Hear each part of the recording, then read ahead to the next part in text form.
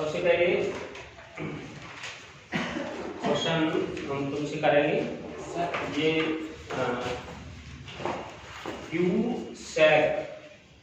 Cusec से किस चीज का मापन किया जाता है? हाँ, क्यूसेक से किसका मापन किया जाता है? बोलो देवेंद्र, तुम बोलो। तापमान का नहीं किया जाता है। क्यूसेक से हम प्रवाह दर का मापन करते हैं। जैसे पानी का प्रवाह हो रहा है तो उसका प्रवाह हम क्यूसेक में मापन करते हैं। फ्लो ऑफ वाटर है या फ्लो कोई वाटर या जैसे ऑयल फ्लो हो रहा है, कोई भी चीज कोई फ्लो हो रही है उसको क्यूसेक में यूनिट है। प्रवाह दर का मात्रक है रेट ऑफ फ्लो इसका मात्रक है। प्रवाह दर का मात्रक क्यूसेक। हाँ, क्यूसेक। अब अगला क्वेश्चन है तुमसे है, तुमको बताना है, हमारे टीम का नाम है बी, और तुमको ये बताना है कि वायुमंडल में जो ओजोन परत होती है, ठीक, वो कौन से मंडल में होती है? स्ट्रेटोस्फीयर सही आंसर है। स्ट्रेटोस्फीयर में होती है ये ओजोन लेयर, और इसको हिंदी में समताप मंडल कहते हैं। ठीक है, हिंदी में समताप मंडल कहते हैं इसको, और ये आंसर सही आंसर है जयदीप का। और अब तुमसे पूछ रहे हैं सर, इसका आंसर क्या था? Ozone layer. स्ट्रेटोस्फीयर होती है ओजोन परत, स्ट्रेटोस्फीयर लेयर लिखा है। ये दूसरे नंबर ये दिखा दिया पहले। अच्छा, तो वायुमंडल की जो वायुयान के उड़ने की आदर्श दशा, ये भी इसी में होता है, समताप मंडल। ठीक। अच्छा, अब अगला क्वेश्चन ये है कि वायुमंडल में जो ओजोन परत होती है उसकी मोटाई हम किस यूनिट में मापन करते हैं? वायुमंडल में ओजोन परत होती है, उसकी मोटाई होती है, उसके मापने की यूनिट क्या होती है? मीटर नहीं होती है। मीटर नहीं, बोलो जयदीप, नहीं पढ़ा है। ये वायुमंडल में ओजोन की परत की मोटाई डॉप्सन में मापी जाती है। डॉप्सन वैज्ञानिक का नाम है, उनके नाम पर है, और एक डॉप्सन ये बराबर होता है 10 माइक्रोमीटर के बराबर होता है। 10 माइक्रोमीटर कितने डॉप्सन की होती है? ये इसमें कितनी डॉप्सन की होती है ये तो अलग अलग जगह अलग अलग है, लेकिन ये बता देता हूं कि एक डॉप्सन में कितने ओजोन के अणु होते हैं। एक डॉप्सन में होते हैं 2.69 इंटू 10⁻20 ओजोन के अणु। कितने ओजोन के अणु होते हैं एक डॉप्सन में? प्रति वर्ग मीटर में है, इन्हें स्क्वायर मीटर, मॉलिक्यूल इन्हें स्क्वायर मीटर। तो ये नीचे क्या है? 2.69 टू 10⁻20। ये एक स्क्वायर मीटर है एरिया, एक स्क्वायर मीटर। तो उसमें ये ओजोन के मॉलिक्यूल हैं, उनका नंबर है। 10 मिलीमीटर है सर। 10 माइक्रोमीटर। हाँ, एक माइक्रोमीटर होता है 10⁻6 मीटर के बराबर। अब अगला क्वेश्चन है तुमसे, जैसे समुद्र के अंदर डूबी हुई वस्तु हैं, उनको ज्ञात करने के लिए, उनको जानने के लिए हम किस यंत्र का उपयोग करते हैं? सोनार सही आंसर है। सोनार, इसका फुल फॉर्म होता है साउंड नेविगेशन एंड रेंजिंग। ठीक है, सोनार आंसर सही है। सोनार का यूज होता है। सोनार का फुल फॉर्म है sound navigation and ranging. Sound यानी समुद्र में डूबी वस्तु की स्थिति का पता लगाने के लिए सोनार का उपयोग किया जाता है।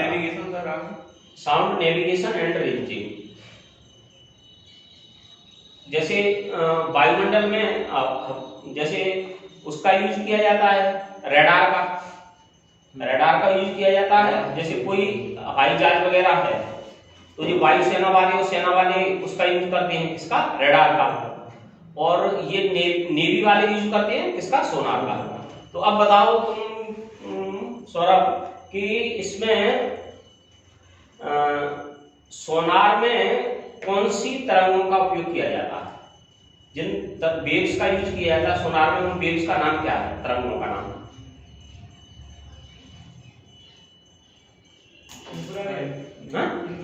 नहीं,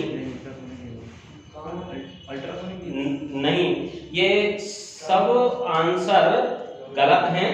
अल्ट्रासोनिक वेव का यूज किया जाता है। अल्ट्रासोनिक या हिंदी में इनको पराश्रव्य तरंगें कहते हैं। हिंदी में नाम है पराश्रव्य तरंगें,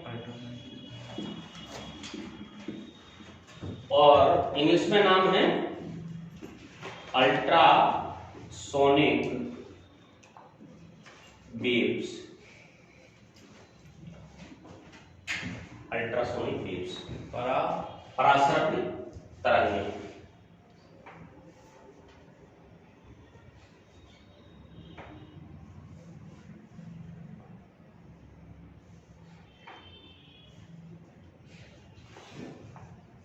ये क्वेश्चन तुमसे पूछा था अभी हमने, अब तुमसे क्वेश्चन पूछ रहे हैं। देखो विद्युत चुम्बकीय तरंगें 7 होती हैं, इलेक्ट्रोमैग्नेटिक वेव 7 होती हैं, ठीक। तो इनमें से इन 7 वेव में से कौन सी वेव ऐसी है जिसका यूज सैनिटाइजर की तरह होता है? सैनिटाइजर कहते हैं, जैसे अभी हम इसमें कोचिंग में सैनिटाइज कर दें तो कोई उसमें वायरस बैक्टीरिया ये खत्म हो जाती है। जैसे इसके लिए सैनिटाइज किया जाता है ये कोरोना वायरस के लिए। तो इसमें से विद्युत चुम्बकीय तरंगों में से कौन सी तरंग है जिनका सैनिटाइजर के लिए यूज किया जाता है? अल्ट्रावायलेट सही आंसर।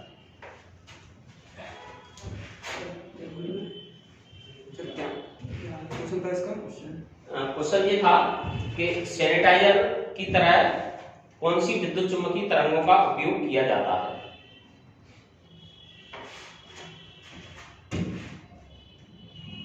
कौन सी विद्युत चुम्बकीय तरंगों का उपयोग किया जाता है। अगला क्वेश्चन है, ऑडियोमीटर से हम किसका मापन करते हैं? ध्वनि का। ध्वनि की तीव्रता का, ठीक है। ध्वनि की तीव्रता का, इंटेंसिटी ऑफ साउंड। ऑडियोमीटर, ठीक, ऑडियोमीटर से ध्वनि की तीव्रता का मापन करते हैं। और अब अगला क्वेश्चन है,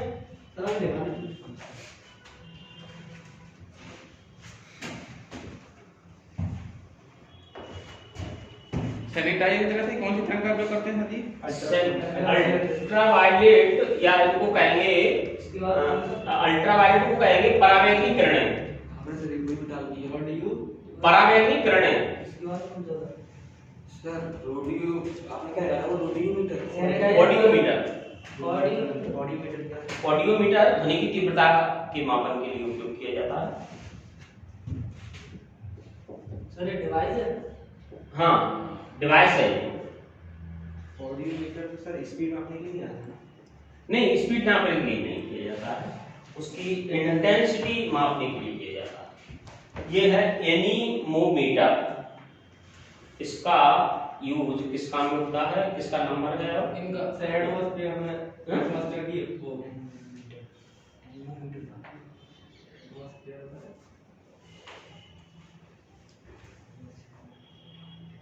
हवा की दिशा, वायु की दिशा को मापने के लिए है। वायु की दिशा को, तो मतलब सर ह्यूमिडिटी नहीं, वायु की गति को मापन के लिए किया जाता है, ठीक है। दिशा के लिए नहीं, गति के लिए, वायु का वेग मापने के लिए।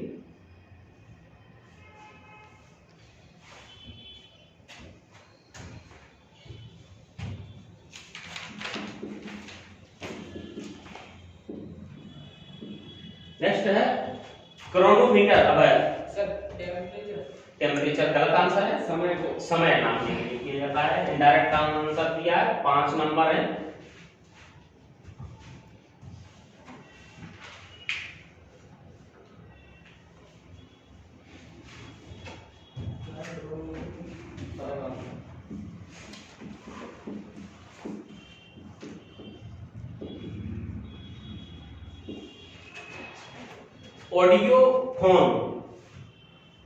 ऑडियो फोन का मापन किसके लिए किया जाता है? ये किससे है क्वेश्चन? हम इनसे ऐसा नहीं, हमारे 5 में लेते हैं। अच्छा बोलो। ऑप्शन नहीं देंगे। ऑडियो फोन, देखो ऑडियो फोन का जैसे तुमने देखा होगा कि कुछ व्यक्ति जो ऊंचा सुनते हैं वो अपने कान में यंत्र लगाते हैं, तो उसको कहते हैं ऑडियो फोन। तो इसका आंसर होगा दोष युक्त श्रवण शक्ति में सुधार लाने के लिए। दोष युक्त श्रवण शक्ति में सुधार लाने के लिए।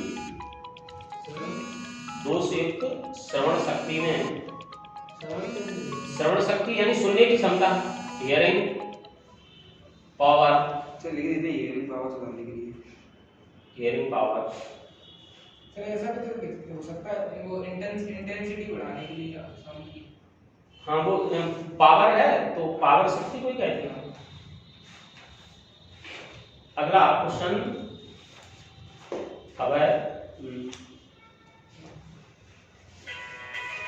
पायरोमीटर है।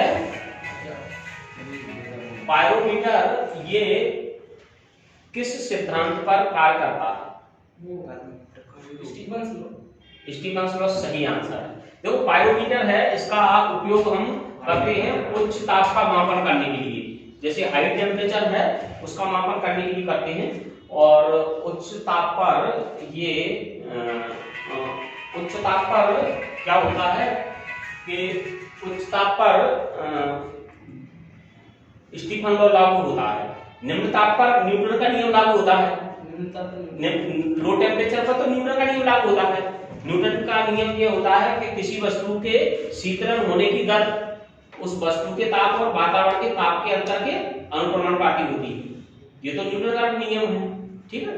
और ये लागू तब होता है जब वस्तु के ताप और वातावरण के ताप में बहुत कम अंतर होता है, लगभग 30 डिग्री सेल्सियस का अंतर होता है। जैसे हम दूध को ठंडा कर रहे हैं तो हम न्यूटन कूलिंग लॉ लगाएंगे, ठीक, न्यूटन कूलिंग लॉ लगाएंगे। और ये पायरोमीटर है, इसका उपयोग बहुत ही ज्यादा उच्च ताप करने के लिए, जैसे 300 डिग्री 3000 डिग्री सेल्सियस है, 4000 डिग्री सेल्सियस है, तो यहाँ पर स्टीफन का नियम लगता है। स्टीफन का नियम ये होता है कि विकिरित ऊर्जा होती है, एनर्जी रेडिएटेड होती है, energy radiated per second is directly proportional to the fourth power, T की पावर 4, इसके डायरेक्टली प्रोपोर्शनल होती है, ठीक। तो ये पायरोमीटर का उपयोग हाई टेम्परेचर के लिए, उच्च ताप की वस्तुओं के मापन में किया जाता है। लगभग टेम्परेचर इसमें कम से कम टेम्परेचर 800 होना चाहिए, कम से कम 800 टेम्परेचर हो।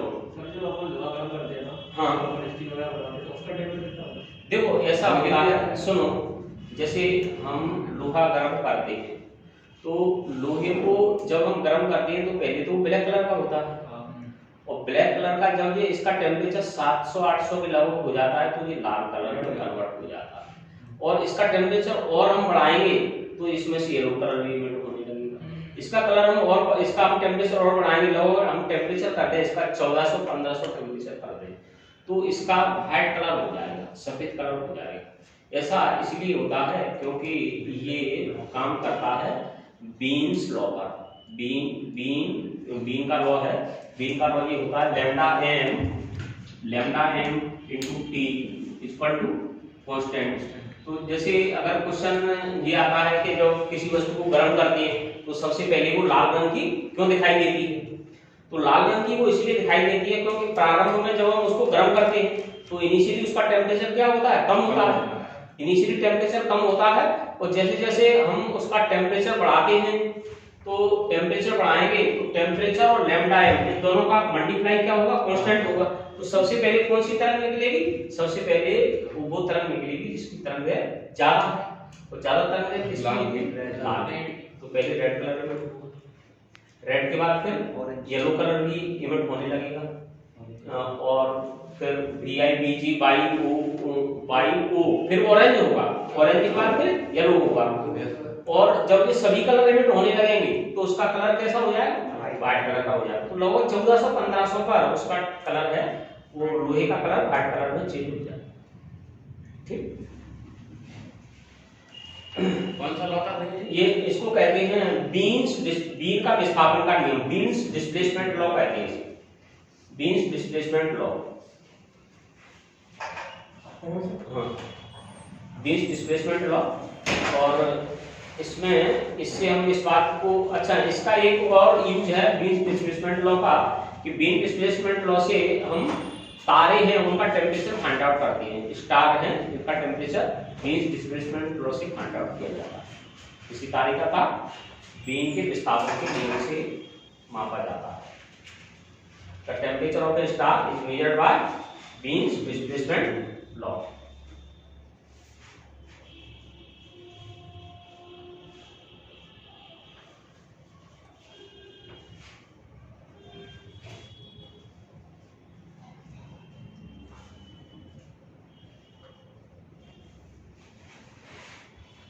ठीक, अगला क्वेश्चन पूछ रहे हैं।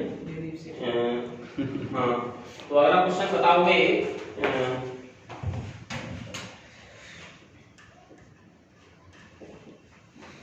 मैनोमीटर का उपयोग किसके काम में होता है? हाँ,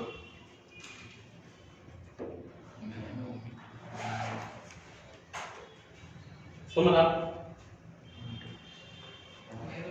हाँ, देखो मैनोमीटर और बैरोमीटर दो चीजें हैं। तो मैनोमीटर का उपयोग होता है किसी गैस के दाब का मापन करने के लिए, और बैरोमीटर का उपयोग होता है वायुमंडल का दाब, एटमॉस्फेरिक प्रेशर को मेजरमेंट करने के लिए बैरोमीटर का यूज किया जाता है।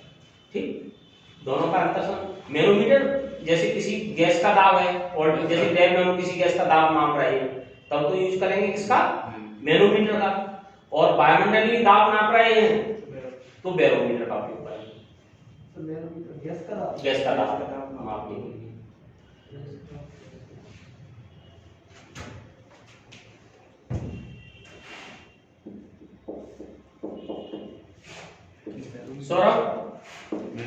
सौरभ बताओ, ओडोमीटर के द्वारा किसका मापन करते हैं? ओडोमीटर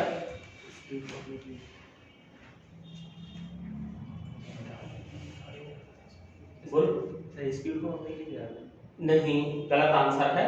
ये ओडोमीटर का मापन किया जाता है वाहन के द्वारा चली गई कुल दूरी, टोटल डिस्टेंस के वर्ष, और वो तुम बता रहे हो वो स्पीडोमीटर है। हाँ, टैकोमीटर नहीं तो होता सर। टैकोमीटर वो होता है रोटेशन मोशन के लिए।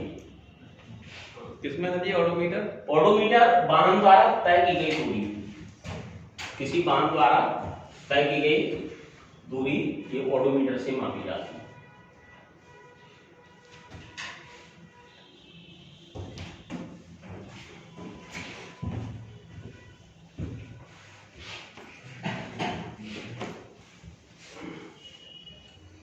अब अगला क्वेश्चन किससे हुआ? हमसे पूछा था। तुमसे पूछा था। अच्छा, अब इनसे पूछेंगे।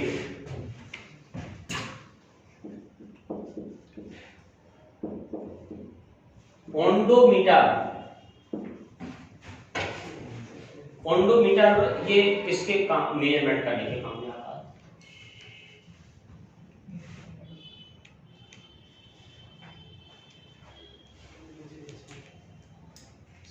ओंडोमीटर आता है जो विद्युत चुंबकीय तरंगें हैं उनकी फ्रीक्वेंसी को, आवृत्ति को मापने के लिए। ठीक है, electromagnetic frequency of electromagnetic wave, frequency of electromagnetic wave.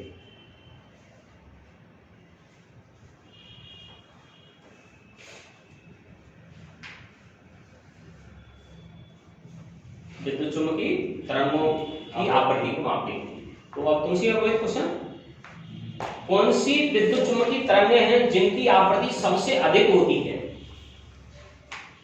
विद्युत चुम्बकीय तरंग, कौन सी विद्युत चुम्बकीय तरंगें 7 होती हैं, उनमें से कौन सी विद्युत चुम्बकीय तरंग है जिसकी आवृत्ति सबसे ज्यादा होती है? गामा रेज की। पहले इनको मौका देना चाहिए था। गामा रेज की, चलो ठीक है, सही है। गामा रेज की आवृत्ति सबसे ज्यादा होती है और रेडियो वेव की आवृत्ति सबसे कम होती है। ठीक, गामा रेज की आवृत्ति सबसे ज्यादा और रेडियो वेव की आवृत्ति सबसे कम। इंटेंसिटी नहीं, फ्रीक्वेंसी। फ्रीक्वेंसी कहते हैं नंबर ऑफ वाइब्रेशन पर सेकेंड। ठीक, नंबर ऑफ वाइब्रेशन पर सेकेंड इज कॉल्ड फ्रीक्वेंसी। कम किसकी रहती है? रेडियो वेव की सबसे कम होती है। अब अगला क्वेश्चन है सौरभ, ये अच्छा अगला क्वेश्चन तो हम एक और तुमको समझा रहे हैं इसी के बेस पर।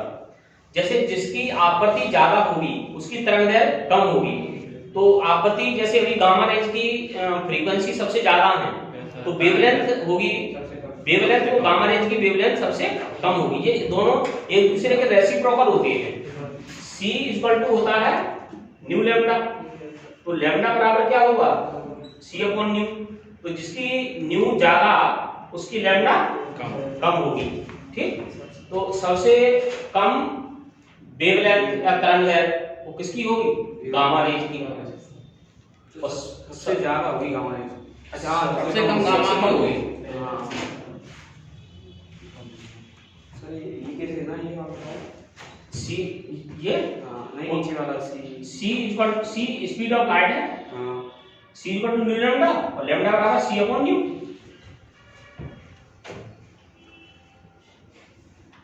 अगला क्वेश्चन तुमसे है, तुमसे है। तो ये बताओ इनमें इलेक्ट्रोमैग्नेटिक वेव हैं, इनमें सबसे ज्यादा ऊर्जा कौन सी वेव की में होती है? किसके फोटोन की एनर्जी सबसे ज्यादा होती है?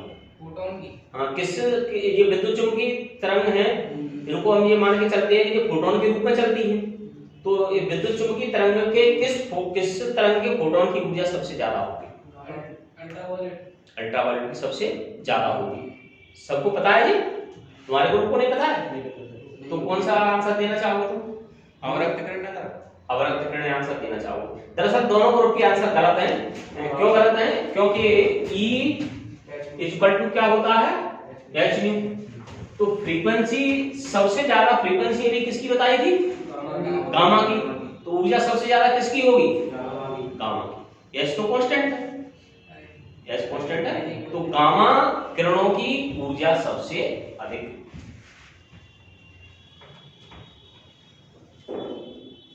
गामा किरणों की ऊर्जा सबसे अधिक होती है।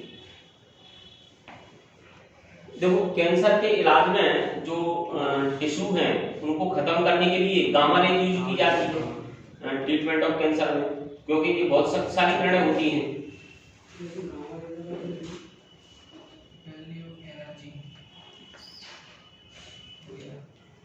अगला क्वेश्चन सौरभ, लैक्टोमीटर से किस चीज का मापन किया जाता है? लैक्टोमीटर, देखो दूध की शुद्धता तो है, ये तो बात है, लेकिन दूध की शुद्धता हम इसमें लैक्टोमीटर से हम किस प्रॉपर्टी का मेजरमेंट करते हैं जिससे कि हमको दूध की शुद्धता का पता चलता है? डेंसिटी का पता करते हैं। ठीक है, उसके घनत्व का मापन करते हैं।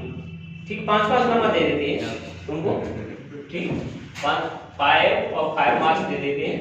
लैक्टोमीटर से हमको ये पता चलता है कि दूध का घनत्व कितना है। ठीक,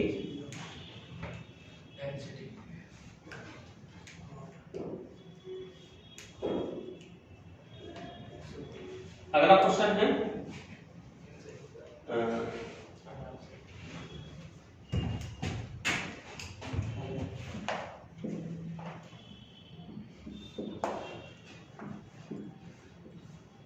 हाइड्रोमीटर, इससे हम किस चीज का मापन करते हैं?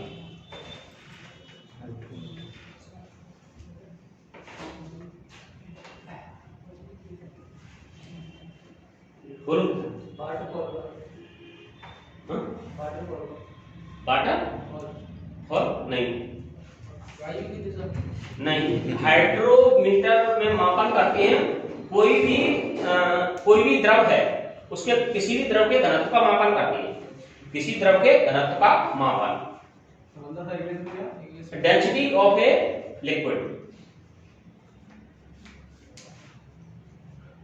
सर जी तो अभी लैक्टोमीटर से लैक्टोमीटर से दूध की रिलेटेड डेंसिटी।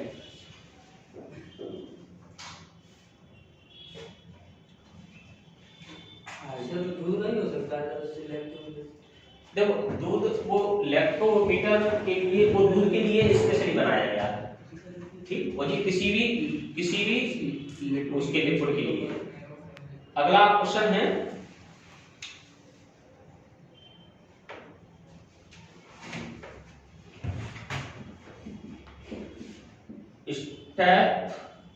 स्टेथोस्कोप, इससे हार्ट, हाँ ठीक है, हृदय की ध्वनि सुनने के लिए, ठीक है, हृदय की ध्वनि सुनने के लिए स्टेथोस्कोप का उपयोग किया जाता है।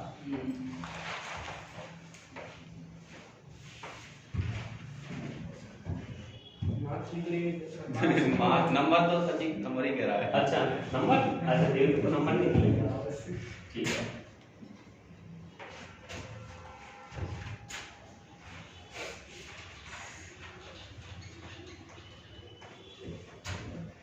सौरभ, ये है इंस्ट्रूमेंट,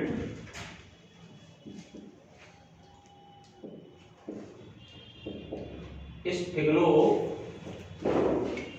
मैनोमीटर, इस फिग्नो मैनोमीटर, इससे हम किसका मापन करते हैं?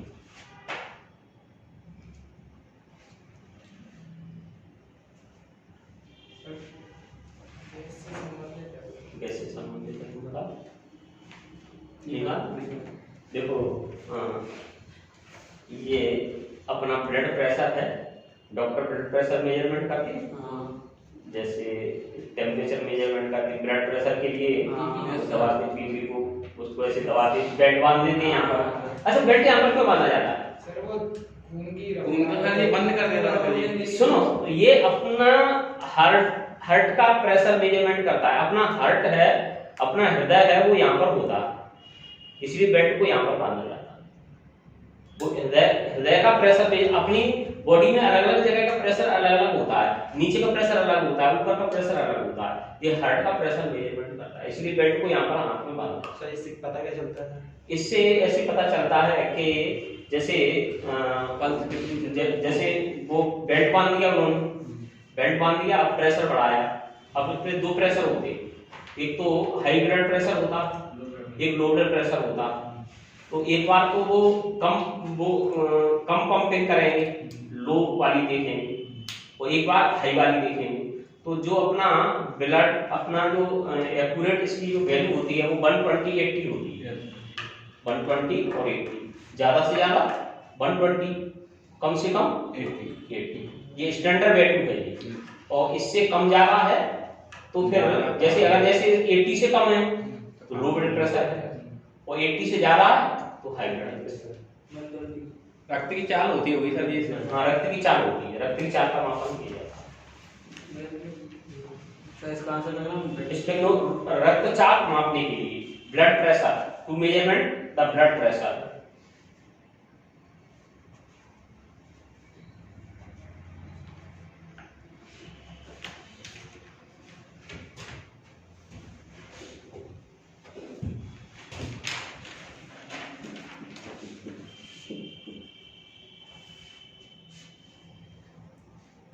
कैरोटोमीटर, इससे किसका मापन करते हैं? कैरोटोमीटर सोने का सर जी? सही है, सोने की शुद्धता का मापन करते हैं। हाँ, गोल्ड की शुद्धता का मापन किया जाता है इससे।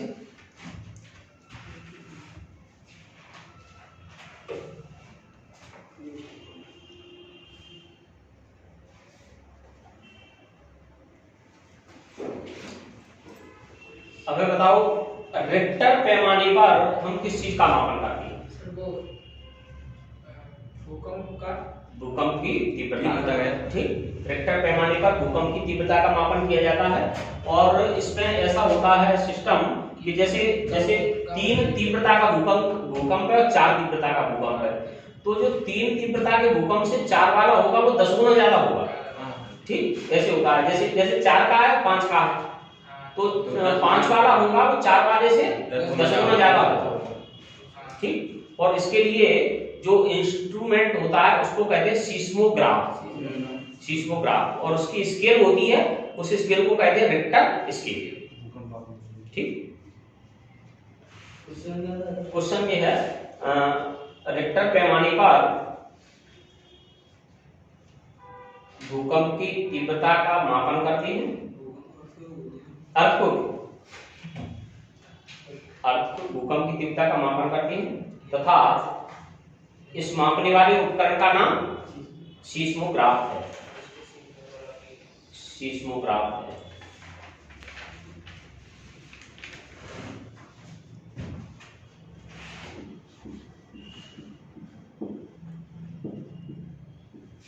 नेक्स्ट है, बताओ मुझे, अल्टीमीटर। अल्टीमीटर से किस चीज का मापन करते हैं?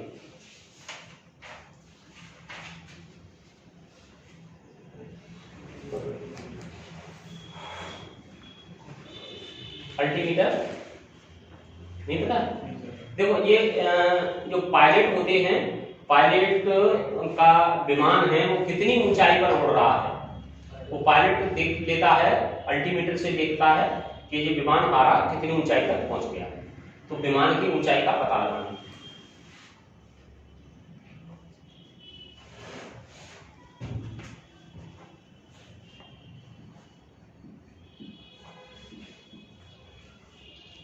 नेक्स्ट, सौरभ बताओ, लक्स मीटर। लक्स मीटर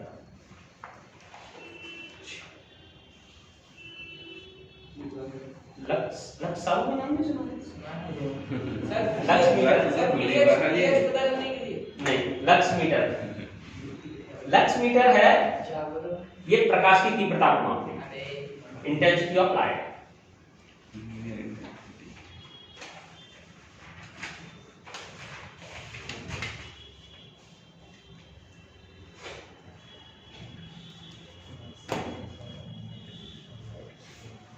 अगला तुमसे है,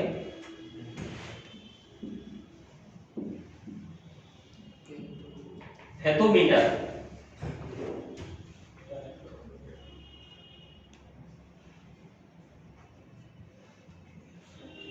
बोलो सर, तुम बोलो। हाँ, पैथोमीटर।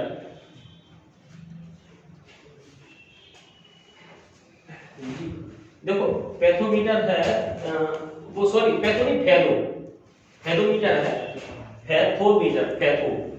फैथोमीटर है सही नाम। फैथोमीटर का उपयोग करते हैं समुद्र की गहराई मापने के लिए, और एक फैथम ये बराबर होता है 6 फुट के बराबर होता है। ये क्वेश्चन आ चुका है, एक फैथम कितने फुट के बराबर होता है। इसमें कोई भी क्वेश्चन ऐसा नहीं है जो आया नहीं हो, हर क्वेश्चन आया हुआ क्वेश्चन है। फैथम, एक फैथम 6 फुट के बराबर होता है। 6 फुट के बराबर। अब तुम्हारा नंबर है, तुमको बताना है पॉलीग्राफ। पॉलीग्राफ ये किस चीज का मापन करता है?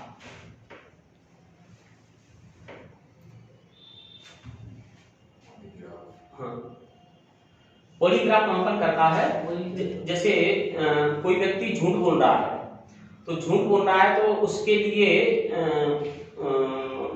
टेस्ट की जाती है, पॉलीग्राफ की टेस्ट की जाती है उसकी।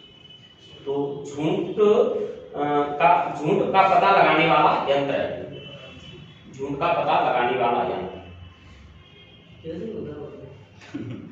उसमें ऐसा होता है कि उसमें वैसी स्थिति में ले जाते हैं, बेहोश जैसी कंडीशन में ले जाते हैं, और उस समय फिर उससे क्वेश्चन किए जाते हैं। तो उस समय क्वेश्चन किए जाते हैं तो उसको ये होश नहीं रहता है कि हम क्या बोल रहे हैं क्या नहीं बोल रहे हैं, उसको वो सही बात बोलने लगता है। तो जैसे इनका जो कोई केस सुलझाते अपराध शाखा है, क्राइम ब्रांच है, हाँ, CID वगैरह ये क्राइम ब्रांच वाले वो उसका यूज करते हैं। पॉलीग्राफ का। अगला क्वेश्चन है तुमसे है, आराम से। हाँ तुमसे है, अच्छा ठीक है, तुम बताओ।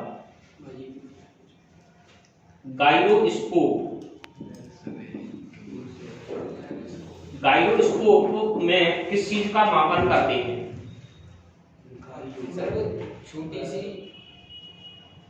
गायरोस्कोप से। हाँ सर वो दूर स्पेस की बॉडी हो। स्पेस की बॉडी को, तुम बताओ। देखो गायरोस्कोप है, ये रोटेशन मोशन को मेजरमेंट करता है, घूर्णन गति या रोटेशनल मोशन। सर टेपोमीटर क्या इसको करता था? टेपोमीटर भी इसी को करता है, रोटेशन मोशन।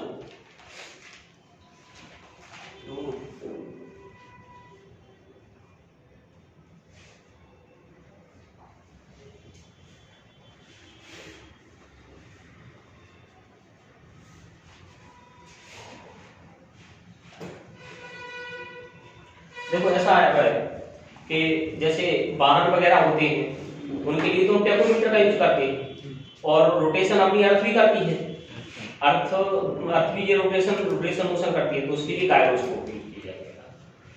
ठीक, दोनों ही रोटेशन मोशन के लिए। अब अगला क्वेश्चन है, अच्छा ये तुमने वो कैसे क्वेश्चन है इनसे, अच्छा तुमने वो देखी है क्या, प्रक्षालन मशीन देखी है? नहीं देखी है? तो देखो अभी बता दिया, अभी तुम कहोगे सबने देखी है। वॉशिंग मशीन देखी है? तो वॉशिंग मशीन को प्रक्षालन मशीन कहते हैं हिंदी में, ठीक है। अब इंग्लिश तो सबको बताया कि वॉशिंग मशीन है, प्रक्षालन मशीन कहते हैं उसको, वॉशिंग मशीन। वॉशिंग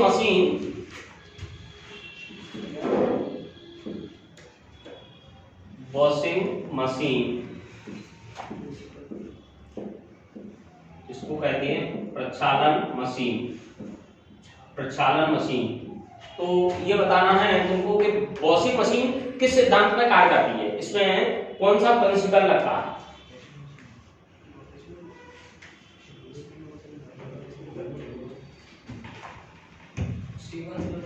स्टीफन का, ये इसमें क्यों लगेगा?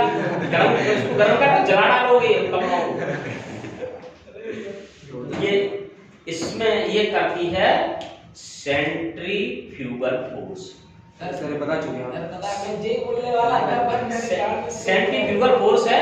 देखो जैसे दूध से मक्खन निकालना, ये सेंट्रीफ्यूगल फोर्स है, दूध से मक्खन निकालना, और वॉशिंग मशीन दोनों का एक ही सिद्धांत है। हिंदी में अपकेंद्री बल के सिद्धांत पर काम करती है, और दूध से मक्खन निकालना अपकेंद्री सिद्धांत,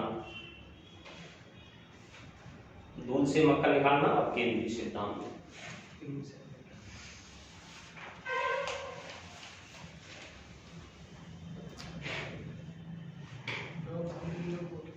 अगला क्वेश्चन तुमसे है, एटम का साइज अप्रोक्स कितना होता है? 10 टू पावर माइनस 4 का न्यूक्लियस एटम का, एटम का होता है 10 टू पावर माइनस 10 और यूनिट मीटर। ठीक है, ठीक। हाँ 1 एंगस्ट्रॉम होता है एटम का size, 10 to power minus 10 metre, सही है। और सौरभ को 10 नंबर दिए जाएंगे।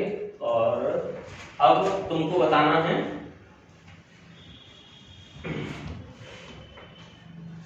एटम में न्यूक्लियस की खोज किसने की? चैडविक ने की थी, गलत आंसर है तुम्हारा, रदरफोर्ड सही आंसर है। चैडविक ने न्यूट्रॉन की खोज की थी। हमने पूछा था कि एटम में न्यूक्लियस की खोज किसने की? नाभिक की, परमाणु में नाभिक की खोज, परमाणु में नाभिक की खोज। पॉजिटिव चार्ज के अंदर जो होते हैं वो, हाँ नहीं पॉजिटिव चार्ज नहीं, न्यूट्रॉन पे कोई चार्ज नहीं होता। न्यूट्रॉन न्यूक्लियस पर पॉजिटिव चार्ज होता है, न्यूक्लियस पर तो चार्ज पॉजिटिव होता है, लेकिन न्यूट्रॉन है वो न्यूट्रल होता है। न्यूट्रॉन क्योंकि न्यूक्लियस में दोनों चीज होती हैं, न्यूट्रॉन और प्रोटॉन। ठीक, ये इनडायरेक्ट था, नहीं सर, डायरेक्ट था, नहीं, डायरेक्ट था सर, indirect। इनडायरेक्ट। ठीक,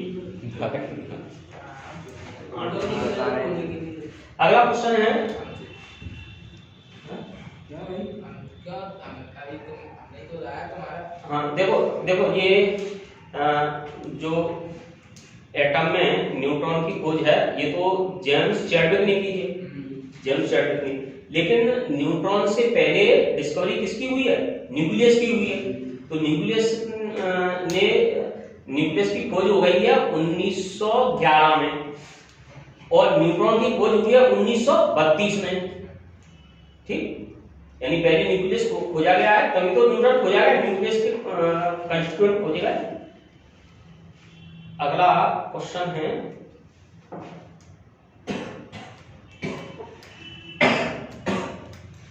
एक ऐसे पार्टिकल का नाम बताइए जिसका मास इलेक्ट्रॉन के मास के बराबर है लेकिन चार्ज होता है वो इलेक्ट्रॉन के चार्ज के अपोजिट है। प्रोटॉन गलत आंसर है, अल्फा पार्टिकल। बहुत गलत आंसर, बहुत ज्यादा गलत आंसर। बताओ, तुम बताओ। इस पार्टिकल का नाम है पॉजिट्रॉन। पॉजिट्रॉन, पॉजिट्रॉन पर चार्ज होता है वो इलेक्ट्रॉन के चार्ज के बराबर होता है और मास होता है वो मास भी बराबर होता है। ठीक, और प्रोटॉन पर क्या होता है? प्रोटॉन का चार्ज तो बराबर होता है लेकिन प्रोटॉन का मास होता है वो 1836 गुना होता है। 1836 गुना प्रोटॉन का मास होता है। इसको ऐसे लिखोगे, particle which has charge equal to, particle which has charge equal to charge of electron but its mass is equal to mass of electron। Charge charge का जो मैग्नीट्यूड है वो तो बराबर होता है। तो पॉजिट्रॉन का आवेश इलेक्ट्रॉन के आवेश के बराबर और विपरीत होता है। पॉजिट्रॉन का आवेश इलेक्ट्रॉन के आवेश के बराबर और विपरीत होता है, यानी इक्वल और अपोजिट होता है। द चार्ज ऑफ, अब है ऐसे लिखो, the charge of positron is equal and opposite to charge of electron and mass is equal to mass of electron. और प्रोटॉन का मास इलेक्ट्रॉन के मास से 1836 गुना होता है।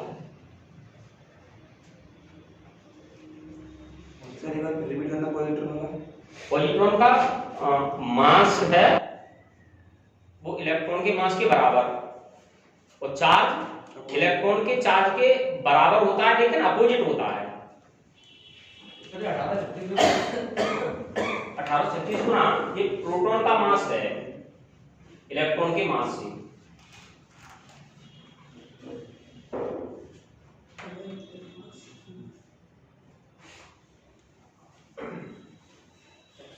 अगला क्वेश्चन तुमसे है, तो बताओ कि अल्फा पार्टिकल पर चार्ज कितना होता है?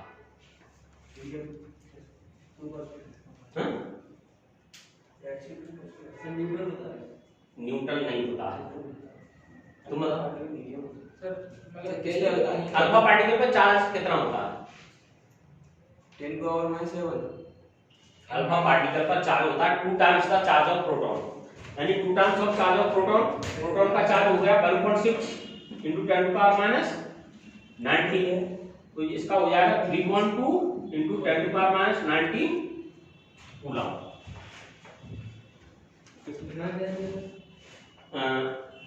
अल्फा कण का आवेश, अल्फा कण का आवेश, अल्फा कण का आवेश प्रोटॉन के आवेश का दोगुना होता है। आवेश क्या होता है? Charge, the charge of alpha particle is 2 times the charge of proton.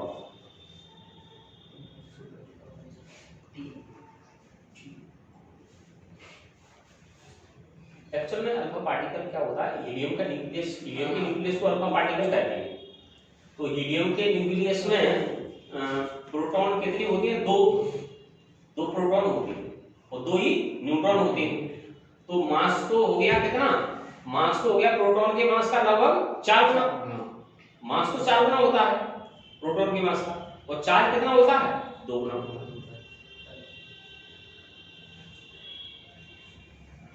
अगला क्वेश्चन है तुमसे, रेडियो एक्टिविटी की खोज किसने की थी? वो रेडियोएक्टिविटी की मैडम क्यूरी। ये आंसर सही नहीं है, सही आंसर है बैक्यूरल। बैक्यूरल। देखो एक एसआई यूनिट है, वो रेडियो एक्टिविटी की एसआई यूनिट भी बैक्यूरल होती है। ठीक, the SI unit of radioactivity is Becquerel.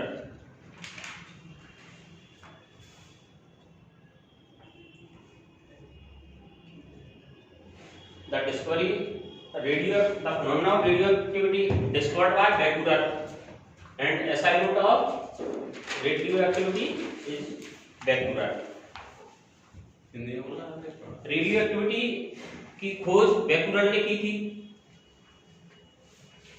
Radioactivity का एसआई मात्रक बैक्यूरल होता है।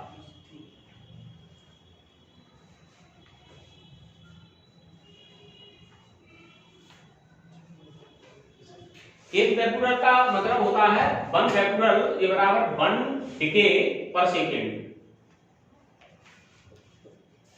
1 क्षय प्रति सेकेंड ये होता है बैक्यूरल।